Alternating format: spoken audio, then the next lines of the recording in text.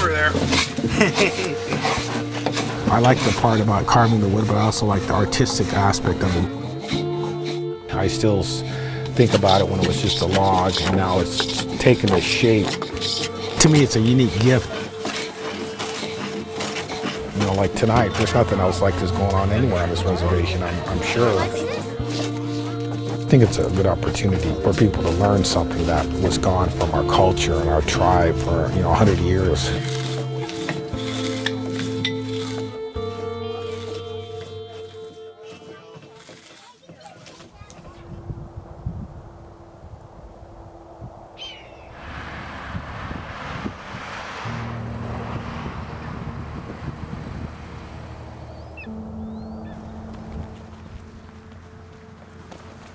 My name is Julian Matthews, and I'm an enrolled Nez Perce tribal member in Nimiipuu. I kind of have been coordinator, I guess you could say, for the canoe project. When I first started the canoe project, I didn't really know who would show up or if we'd even get it done. We had all kinds of people coming through that wanted to check it out because it's the first one in 110 years on this reservation. We could have just started carving a canoe and just did it wherever, someone's house, and did it on our own thing, but it's not just, we're carving a canoe, we're affecting lives.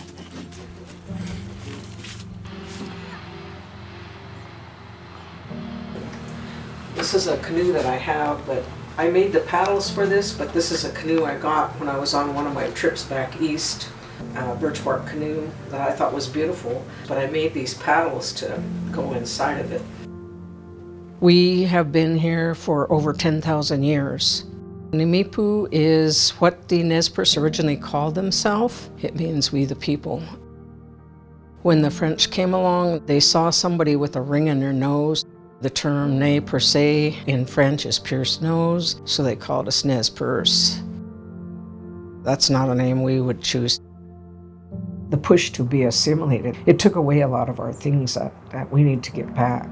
Without these things that are cultural and traditional, we have no tribe. It takes a strong people to defy the odds, if you will.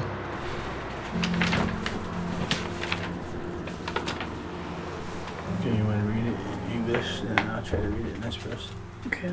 And meat, and she served it coyote or something.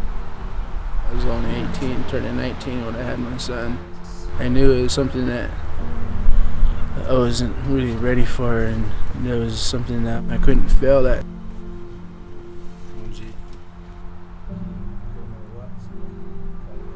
I didn't have a father growing up. I had a grandfather who was like my father figure, and he passed away when I was 10. I didn't learn the things I needed to learn. I'd gone down the wrong path for a while. I was just lost. And I almost died a few times, and I realized that what I was doing was everything I hated. Having a son, that really, it changed me, but that again, at the same time, I didn't change until he was older.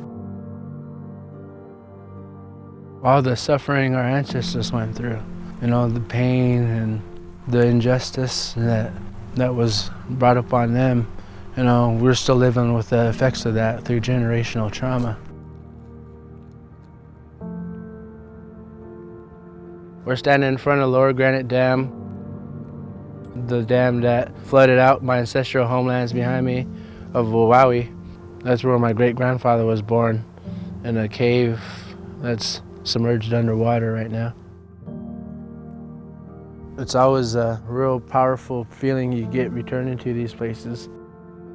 I feel I was robbed a piece of my history and a piece of myself because I can't see where my family came from due to this dam.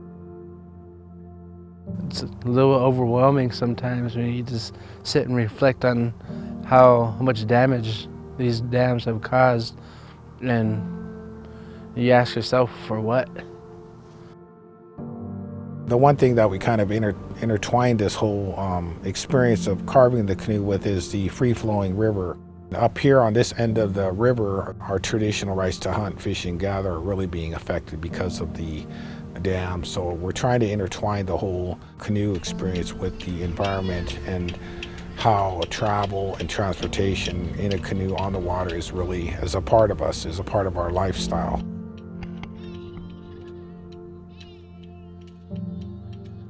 We want to be able to go on that river with our canoe and be unimpeded, but right now with those 4 dams, we can't. When I heard about the canoe project, I immediately wanted to be involved. I never built a canoe before, and so this is a pretty exciting project for both of us. He never worked with wood either, and he's been paddling hard. He's carving his own paddle, and he's pretty good at it. It's pretty fun because like we're getting like a workout and we're also making history together.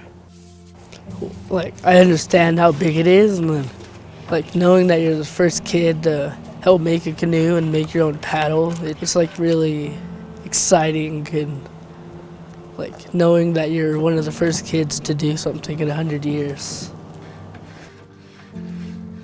It makes me glad to bring the canoe back to our people when it hasn't been here for so many years. And all of a sudden, here we are. I just didn't know for sure if we would do it and get it done. I think that's why I keep it back. Those kids are really inspirational to me because, like, every time they come, you'd hear them over there about 2 blocks away. You can just hear this big noise, and I say, "Here they come," you know. And they just all rush over there. I think that's really give you a lot of impetus, just having those kids' energy come there. How would you explain it to them, like what you're doing here on Wednesday night? I would explain, like, hey guys, there's something canoe carving. There's free food. You get to draw. It's every Wednesday, so you guys and are everyone's invited or welcome. whatever. Everybody's welcome to come carve the canoe. So did you like it that it was every Wednesday rather than like maybe have it, don't have it? You know what I mean? Yeah, I'd rather have it every day though. Yeah. Every day? Because you get to learn a lot. I set that side of time every week to work on a canoe. I don't put anything on my calendar. I make sure I get there. We have food that we provide for the children. To us, this is a tribal thing. It's not just, one person doing this for themselves to make money or anything. It's us building something for our people and for our community. Either way, we got chili and mountain tea. Ooh, mountain tea! Oh, yeah. Some of the children, the main course of their meal that they came to was when we would feed them at the canoe. Otherwise, they may not have gotten a good meal at home. So it was important for us to cook a meal for them, to really let them know, they had somebody out there that cared for them in their hearts.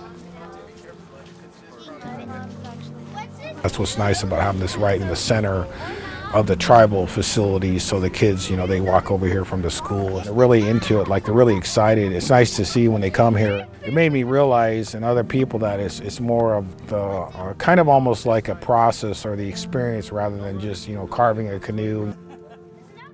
We did have people that didn't think we could get this canoe done, and those children believed in their hearts that we could do this. And to me, if they start feeling that about life and start thinking, well, this is doable, we did this, what else can we do? It's nice. It's pretty heavy still. Yeah, it is heavy. Looks good though. Yours is done. The canoe really brought us closer because it really opened up our minds and our hearts into what we were doing. Like, we put a lot of energy into what we were making, and it brought us together.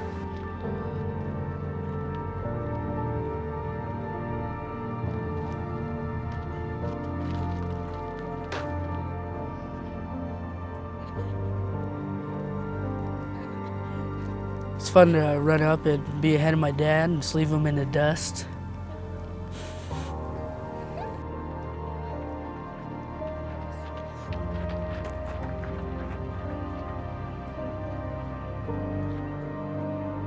I'm so proud of those two.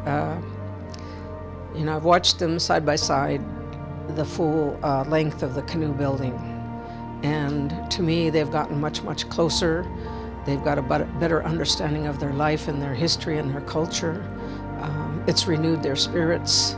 He's teaching him the balance of himself and showing him there is a balance that you can have and be able to survive for himself when he becomes an adult. It's important to have a father around. To me, he's like, as a man, he's a pretty strong man. My dad taught me to stay motivated because you can't just start something and not finish it.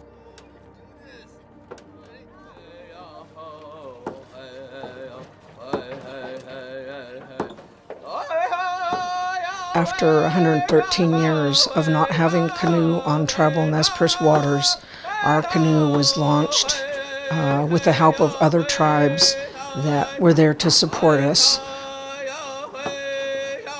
We're grateful for this, and we thank the Creator for giving us the log to build our canoe.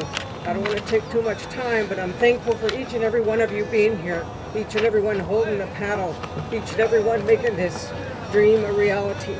Thank you. Have a good one.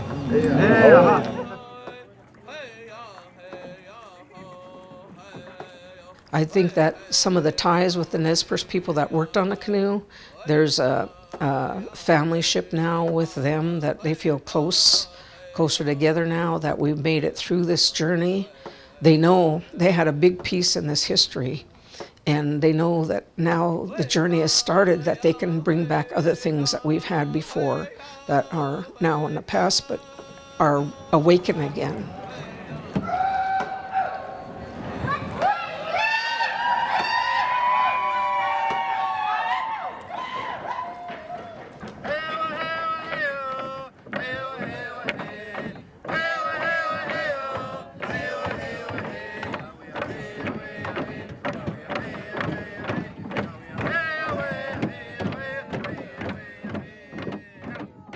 The canoes tie us back into being stewards of the rivers that not only sustain us, but the environment around us too.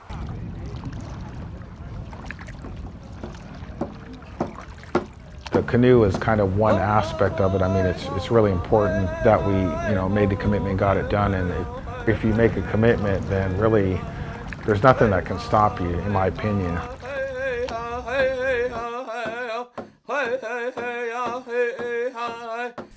It's going to have to take the removal of those dams to get back to where we need to be. I think some of the traditional sites that we've had in the past would return and probably be more powerful. Other things can be gotten back that were buried for so many years. And the canoe is just one hope that we had and one dream that we had, and it can lead to many others in the future, I'm sure.